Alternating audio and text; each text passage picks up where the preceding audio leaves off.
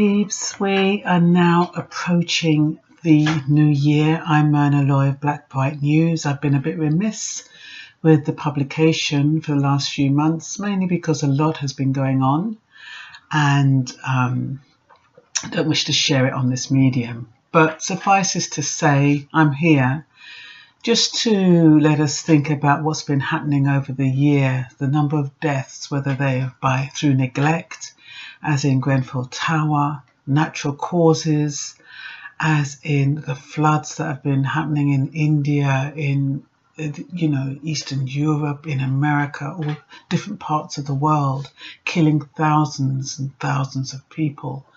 I'm thinking about death of loved ones,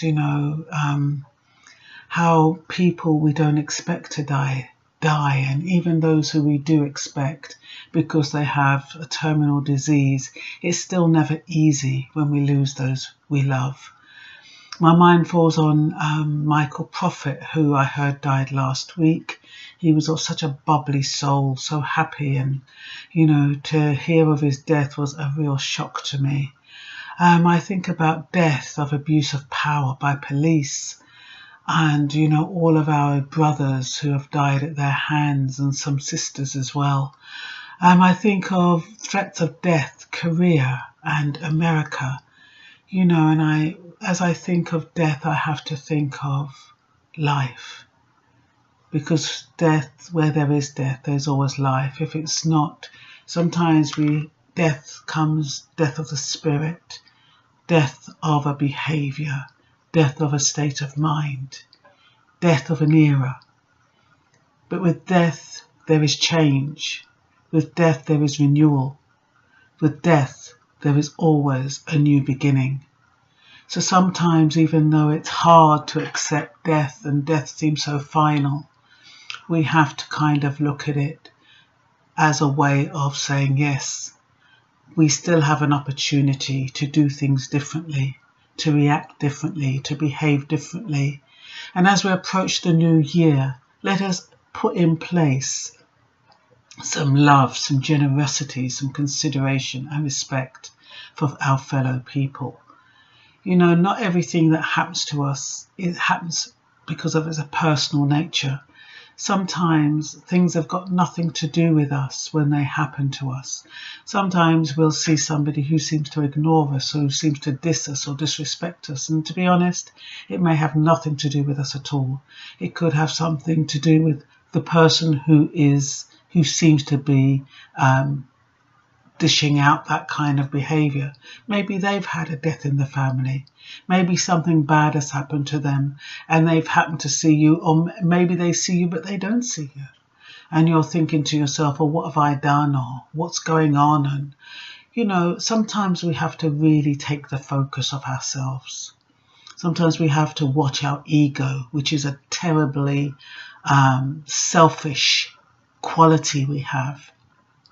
We need to think about other people, not only because they are like us, but because we don't know their troubles. We don't know what steps they're taking. We don't know what shoes they're wearing. And so when we don't know what other people are going through, we cannot know why they're reacting in the way they do. Ninja Man got 25 years for killing somebody. What a waste. You know what I mean? We have people who do these things, and a lot of times it is ego or it is power. They believe that they're so powerful that they can get away with things. And whether it's true or false, all we know is what we are to ourselves. Only we know our own truths. Only we know how authentic we are.